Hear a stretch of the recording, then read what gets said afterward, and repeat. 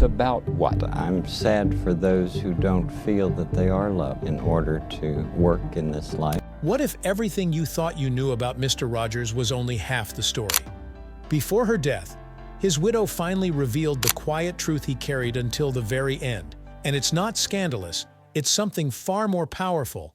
A hidden struggle, a coded message, and a love story you've never heard. Stay with us, because what she shared will forever change how you see America's most beloved neighbor. What if the most revolutionary children's show in history didn't use explosions of color or wild characters to win attention, but instead relied on the power of one soft voice, a steady hand, and a cardigan? Fred Rogers created something so simple, yet so quietly radical, that it changed television forever. It's time to take a walk back through the neighborhood that taught generations how to feel, how to cope, and how to connect. Fred never set out to become famous. His mission was far more meaningful. He wanted to meet children exactly where they were. Their fears, their questions, their moments of joy and confusion. That's where Fred Rogers chose to live. When Mr. Rogers' Neighborhood first aired in 1968, it wasn't chasing ratings or trends. It was deliberate, slow, and peaceful, almost jarringly so compared to other programs. He'd walk through the door, trade his coat for that familiar cardigan, slip into sneakers and sing, "Won't you be my neighbor?" It wasn't a performance, it was an invitation. Fred's show felt less like television and more like a personal visit. That was the secret. No gimmicks, just genuine connection. While other children's shows were focused on teaching ABCs and counting, Fred zeroed in on emotional education. He helped kids understand anger, sadness, joy, and fear. He didn't flinch from tough topics like divorce, disability, or grief. And most importantly, he never spoke down to his audience. That was his power. He treated children as people with big feelings, not little problems. In the whimsical world of the neighborhood of make-believe, puppet characters like King Friday, Daniel Tiger, and Lady Elaine acted out complex emotions in child-sized dramas. Fred voiced many of them himself, each one mirroring a piece of his inner world. It was imaginative storytelling layered with real-world resonance. Over 31 seasons, from 1968 to 2001, the show delivered 895 episodes. Think about that. Nearly 900 moments of calm in a world growing louder by the day. This wasn't a show meant to entertain in the traditional sense. It was meant to heal. It was meant to offer safety. For many children dealing with chaos at home or feeling invisible at school, those 30 minutes with Mr. Rogers were the most comforting part of the day. There were no laugh tracks, no explosions, no commercial noise, just him, looking into the camera like he was talking directly to you. And that made all the difference. And yet, amidst the show's soft delivery, the guest list often sparked quiet excitement. Fred welcomed musicians, artists, chefs, scientists, even animals into the neighborhood. Yo-Yo Ma brought music to life in ways words never could. Julia Child stopped by with her trademark warmth. LeVar Burton, a fellow champion of children's learning, shared the screen. David Copperfield added a dash of magic, while Tony Bennett brought elegance and calm with his timeless voice. And who could forget the unforgettable moment when Coco the gorilla used sign language to connect with Fred, a scene that left millions breathless. But Fred didn't play favorites. Every guest, whether world-famous or completely unknown, received the same warmth and respect. That was the quiet power of Mr. Rogers. He saw dignity in everyone. The industry noticed, too. Over the years, Mr. Rogers' Neighborhood earned 4 Daytime Emmys, 55 nominations, and the prestigious CINE Golden Eagle Award for educational content. But perhaps the most unforgettable moment came in 1997, when Fred received a Lifetime Achievement Award. Standing before a packed room of celebrities and industry giants, he asked everyone to take 10 seconds of silence to think about someone who had helped them. The room fell completely still. That was Fred's real legacy, reminding people of their humanity. Even after the show concluded in 2001, Fred's voice continued to echo. Thanks to YouTube and streaming services, a whole new generation has discovered the quiet revolution he started. And through spin-offs like Daniel Tiger's Neighborhood, his mission lives on, teaching emotional literacy with the same kindness and care. Fred once said, "The greatest gift you ever give is your honest self." And that's exactly what he gave. Day after day, year after year, sweater after sweater.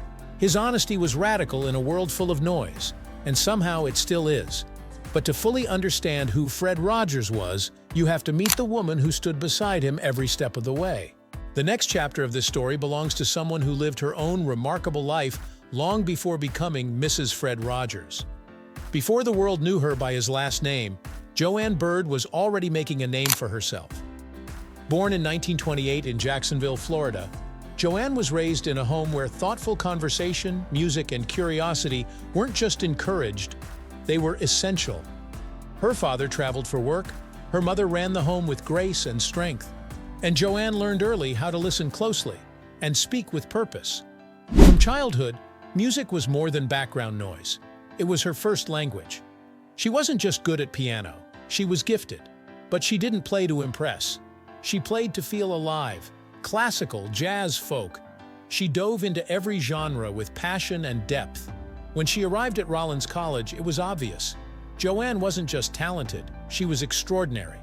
At Rollins, she majored in music performance and quickly gained respect for her technical brilliance and emotional depth. Whether she played solo or accompanied others, her music always told a story, and that story was uniquely hers. But Joanne didn't crave the spotlight. She valued authenticity over applause. She loved real conversations and meaningful connections, and she had a way of making you feel like the only person in the room. Her journey continued at Florida State, and then Carnegie Tech in Pittsburgh, where she refined her craft and expanded her creative reach. She taught music in the 1950s at Chatham College and later at Carlow College in the 1970s.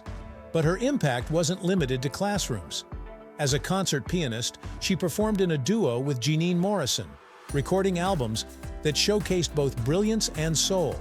And in 2019, her lifetime of dedication was honored with an honorary degree from Duquesne University. Joanne Rogers wasn't just the woman behind the man, she was an artist, a thinker, a connector. And when her life intersected with Fred's, it wasn't fate, it was a meeting of equals. Two hearts drawn together by music, purpose, and an unshakable sense of grace. It's easy to romanticize a marriage that spanned more than half a century. You see the sweet photographs, the matching outfits, the smiles that look effortless. But what made Fred and Joanne Rogers truly extraordinary wasn't what they displayed in public. It was everything that unfolded when no one was watching. Their love didn't announce itself with grand gestures. It bloomed slowly, softly, in the unglamorous corners of a music conservatory in post-war Florida. They met at Rollins College in the late 1940s. Two music majors, each quietly immersed in their craft, never suspecting that destiny had quietly taken its seat between piano benches and practice room doors. Joanne wasn't the type to be swayed by appearances. She'd been raised around musicians and brilliance, so empty charm didn't impress her. But Fred, he listened. Not just with his ears, but with his whole presence. That kind of quiet attentiveness is rare, even now, but especially back then. While other young romances flared up and burned out, theirs moved with the tempo of chamber music, thoughtful, layered, deeply in tune. Their connection strengthened during late-night rehearsals, shared glances over music sheets, and long conversations filled with dreams and nuance. They didn't need roses or candlelit dinners, their love had a pulse all its own. What they built wasn't a whirlwind romance, it was a carefully crafted duet that echoed across decades. And yet, life didn't exactly line up neatly after graduation. Fred landed a job with NBC in New York, while Joanne stayed back in Florida. It's easy to forget just how challenging distance was back then. No texts, no midnight calls, just pen, paper, and the hope that love could survive the waiting. But it did. Their letters became a bridge of handwritten hope. You can almost feel the fingerprints of yearning on each envelope. And then came one letter that changed everything. Their wedding in 1952 wasn't just the beginning of a marriage, it was the start of a lifelong alliance. But this wasn't a picture-perfect romance. It was messy in the most beautiful way. There were piano duets filled with both laughter and missed notes. Private jokes only they understood. Days when life rushed in too loudly, and Joanne became the calm Fred needed. She didn't just stand by him, She stood with him. They raised two sons, James and John, in a household that was both structured and emotionally rich. Joanne wasn't merely Fred's wife, she was the core of his world, the space he could retreat into when the pressures of his mission felt too heavy. When people talk about the strength behind great men, it's often a vague sentiment. But in Fred's case, it was literal. Joanne was the reason he could keep giving so much of himself. Fred wasn't simple. He was kind, yes, but not without complexity. Those who knew him intimately, especially Joanne, knew how deeply he carried the emotions of others. He agonized over whether he was doing enough, being enough. That kind of emotional responsibility is exhausting. Joanne saw that weight and never asked him to hide it. She accepted all of him, the insecurities, the rituals, the quiet melancholy that sometimes crept in. Even as Fred's public persona grew into something iconic, their relationship remained grounded. They didn't live for red carpets or applause. They lived for quiet breakfasts, for morning swims, for laughter that came not from punchlines, but from shared history. That's what made it magic. Not that it was flawless, but that they kept choosing each other day after day, even when the cameras weren't rolling. Fred Rogers became everyone's favorite neighbor. But when the sweater came off and the house grew still, a different version of Fred emerged. He wasn't performing. He was just a man, navigating the pressures of expectation and legacy. And Joanne? She was the only one who truly understood what that cost him. She was the keeper of his truth, the protector of the man behind the myth. And here's where things get fascinating. The Fred you saw on screen, the calm, the warmth, the thoughtfulness, it was all real, but it wasn't effortless. Fred didn't wake up perfect. He worked at it. Every single day, he made the conscious choice to be gentle, even when life gave him every reason not to be. That quiet discipline, that was his real superpower. Behind closed doors, the Rogers home saw its share of tension and imperfection. Like any couple, they had their disagreements. Joanne often had to take the lead with parenting decisions. Fred, with his soft nature, found it hard to be the disciplinarian. There were moments of imbalance, of strain, but there was also deep, unwavering respect. And that's what carried them through. Fred poured everything into his work, but that came with a cost. Emotional labor doesn't stay neatly on set. It follows you home. Joanne knew that better than anyone. She became his harbor, his reminder that he was allowed to be human. In a world that put him on a pedestal, she gave him the grace to stumble. And maybe that's the lesson we're meant to take away. Not that Fred was some flawless icon, but that he was beautifully, achingly human. He made kindness look easy, but it wasn't. It was a decision. And Joanne? She was the reason he could keep making it. Just when you think you understand their story, Joanne drops a revelation so personal, it reshapes everything we thought we knew about the man in the sweater. It's the kind of truth that makes you pause. And what she shared next? It's something the world wasn't quite ready for. When Joanne Rogers opened up about the final chapter of Fred Rogers' life, what she revealed wasn't some explosive scandal or hidden double life. Instead, it was a quiet truth, one that hits deeper because of its honesty. The man we all thought we knew, the gentle neighbor in the cardigan, had moments of quiet fear, loneliness, and struggle. He wasn't immune to pain. That vulnerability, the kind we don't associate with childhood icons, became the most human part of Fred's legacy. Imagine being the steady heartbeat behind a public figure who shaped generations, and then watching that light slowly dim one day at a time. What Joanne experienced wasn't just the grief of a widow. It was the transformation of roles, from lifelong partner to caretaker, from wife to quiet warrior. And in those long hospital nights, the music that once filled their home now echoed with a new weight. She held him not just in sickness, but in spirit, carrying his hopes even when the future seemed uncertain. It's heartbreaking to picture Fred, who brought so much peace to others, wrestling with his own fading strength, whispering words of encouragement to himself when no cameras were around. Isn't it astonishing how the strongest people often suffer in silence? When Fred's pain began as something as subtle as indigestion, neither he nor Joanne expected it to be anything serious. But as the discomfort grew, so did the fear, until finally, a diagnosis they never imagined arrived: stomach cancer, and not the kind that left room for long-term plans. Still, Fred pressed on. He didn't retreat. In January 2003, With his body weakening, he still led the Rose Parade as Grand Marshal, smiling, waving, giving back in the way he always had. That wasn't just courage, it was devotion. Think about that. The strength it takes to show up for others when your own clock is winding down. In the final weeks, playing the piano became his sanctuary. The man whose voice once comforted millions now found comfort in melody, in keys that told his story without words. And when the end came on February 27, 2003, it was gentle, quiet. Fred left the world in the same way he had lived, surrounded by family, after telling Joanne he was ready. She told him they'd be okay. And maybe that's what he needed most, to know his love had left everyone just a little stronger. Joanne's silence for years afterward wasn't avoidance, it was protection.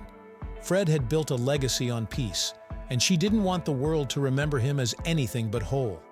But eventually, she realized the full story deserved to be told, not for drama, but for depth. It made Fred's message of love and understanding all the more powerful. Sharing his vulnerability wasn't a betrayal, it was a gift, a reminder that even heroes need care, and even legends grow tired.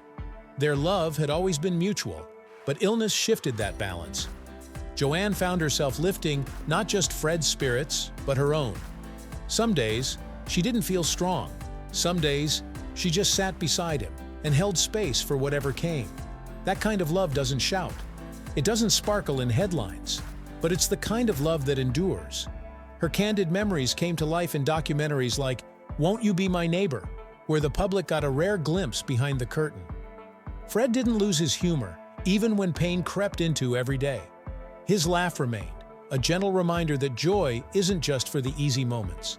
And when Joanne looked him in the eyes and said, "We'll be fine," she wasn't just comforting him. She was declaring strength in the face of heartbreak. Isn't it remarkable how love can hold even the heaviest of truths?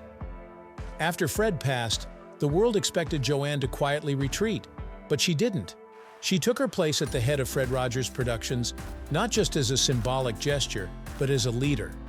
Under her guidance, the company stayed true to its mission, delivering kindness and empathy to children in a world that increasingly needed it. And she didn't hide behind the scenes. Joanne shared stories, appeared at events, even played herself in A Beautiful Day in the Neighborhood. That wasn't vanity, it was legacy in motion. Through all this, Joanne remained an artist at heart. Her love for music never faded. A concert pianist in her own right, she used art to connect, to communicate the very values Fred had long championed. Her wit, warmth, and wisdom weren't just accessories to Fred's fame. They were foundational. When people spoke of her, they spoke of strength that matched, even complemented, Fred's gentleness. It's no wonder the world kept listening. Financially, Fred Rogers wasn't known for flash, but his choices revealed quiet abundance. He invested smartly, prioritizing impact over spectacle. His portfolio included classic, reliable assets like vintage cars and limited real estate, primarily their beloved Pittsburgh home. Fred never flaunted wealth, but he made sound decisions, collaborating with PBS, owning rights to his own shows, and later, maintaining partial control over merchandising. While he avoided the trappings of celebrity luxury, his wealth management was meticulous. He wore simple but high-quality watches, drove practical yet stylish vehicles like the Volvo 240, and took out insurance policies that prioritized legacy preservation over excess. His wealth was never just for him, it was structured to continue serving others. Joanne passed away on January 14, 2021, just shy of her 93rd birthday. She was at home in Pittsburgh, surrounded by love, just as Fred would have wanted. Their sons carry forward not just their name, but a spirit of quiet compassion. They left behind no scandal, no secret estate drama, only a model of love lived out loud through gentleness and purpose. And now that Joanne has shared this final chapter, maybe the real question isn't what Fred was hiding. Maybe it's what we've overlooked all along, that the most powerful truths aren't the loud ones. They're the ones whispered quietly through action. Fred's smile didn't mask an awful secret. It hid a very human pain. And that, in its own way, might just be the most beautiful truth of all. What do you think Fred Rogers' lasting message really was? Drop your thoughts in the comments, like, and share this story with someone who needs a dose of warmth. And don't forget to subscribe for more stories just like this.